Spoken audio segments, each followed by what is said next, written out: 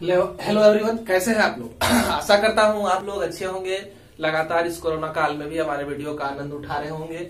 आज हमारा टॉपिक है क्लास 10 के लिए ओजोन अवक्षय। तो सबसे पहले हम ये समझे कि ओजोन है क्या, है ना। तो ओजोन जो है हमारे समताप मंडल में स्ट्रेटोस्फेयर में 15 से लेकर के 50 किलोमीटर की मोटाई में पाया जाने वाला एक सतह है, जिसका निर्माण कैसे हुआ है। ऑक्सीजन के एक परमाणु ऑक्सीजन के एक अणु से जुड़कर O3 का निर्माण करते हैं और इसको जोड़ने के लिए हमारे सूर्य की पराबैंगनी किरणों की आवश्यकता होती है। सूर्य की पराबैंगनी किरणों की उपस्थिति में ऑक्सीजन के अणु जो है ऑक्सीजन के परमाणु के साथ जुड़ जाते हैं और O3 का निर्माण करते हैं। अब देखिए कि ये जो ओजोन सतह है ना, ये ओजोन सतह करता क्या है।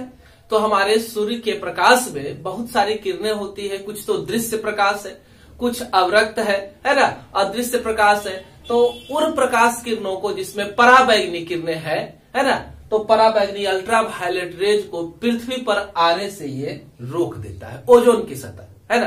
अब अगर आप ये माने कि अगर पराबैंगनी किरणें पृथ्वी पर पहुंचे तो क्या होगा।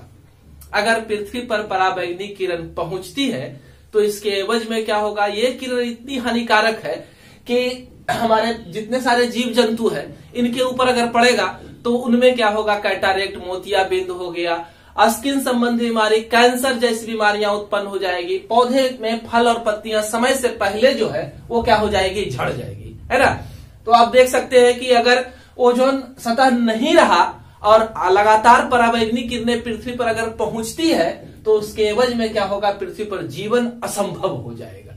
हम जब जानते हैं कि पृथ्वी का निर्माण हुआ था उस समय भी हमारे ओजोन सतह का निर्माण नहीं हुआ था, तो समुद्र के अंदर ही जीवों का विकास हुआ है। यानी कि पृथ्वी पर जीवन की उत्पत्ति कहाँ हुई है, तो समुद्र के अंदर हुई है।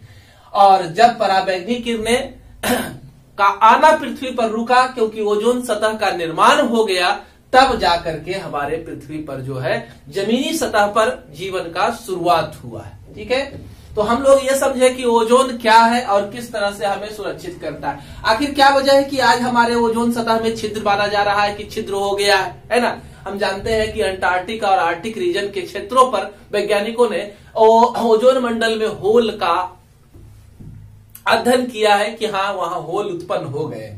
क्यों भाई, तो हमारे द्वारा किए गए प्रदूषण के उपरांत ही ऐसा हुआ है। जैसे हम लोग बहुत सारे चीजों का प्रयोग करते हैं जिसमें फ्लोरोकार्बन और फ्लोरोकार्बन कौन कौन, तो फ्लोरोकार्बन है और फ्लोरोकार्बन।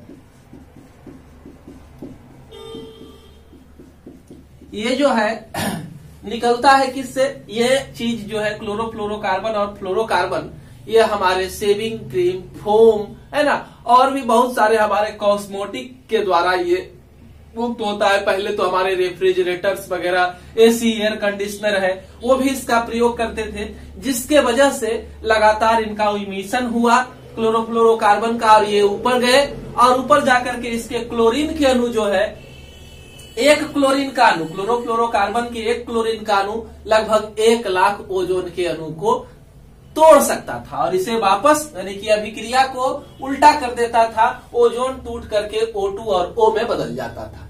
तो इस तरह से हमारा ओजोन का अवक्षय लगातार जारी था। बहुत सारे देशों ने मिलकर के बैठक किया कि नहीं भाई, इस तरह से ओजोन का अवक्षय नहीं होना चाहिए, है ना। तो इसके लिए मॉन्ट्रियल प्रोटोकॉल किया गया। समझौता का नाम है, एक जगह है मॉन्ट्रियल, कनाडा में एक शहर है, वहीं पर समझौता हुआ। विश्व के विकासशील विकसित देशों ने मिलकर के किया और तब से ओजोन के अवक्षय को रोका जा रहा है ना। और हम लोग को भी संकल्प होना चाहिए कि ओजोन अवक्षय को हम लोग क्या कर सके, रोक सके। हमारे चैनल से जुड़े रहे, हमारे वीडियो का आनंद उठाए। धन्यवाद।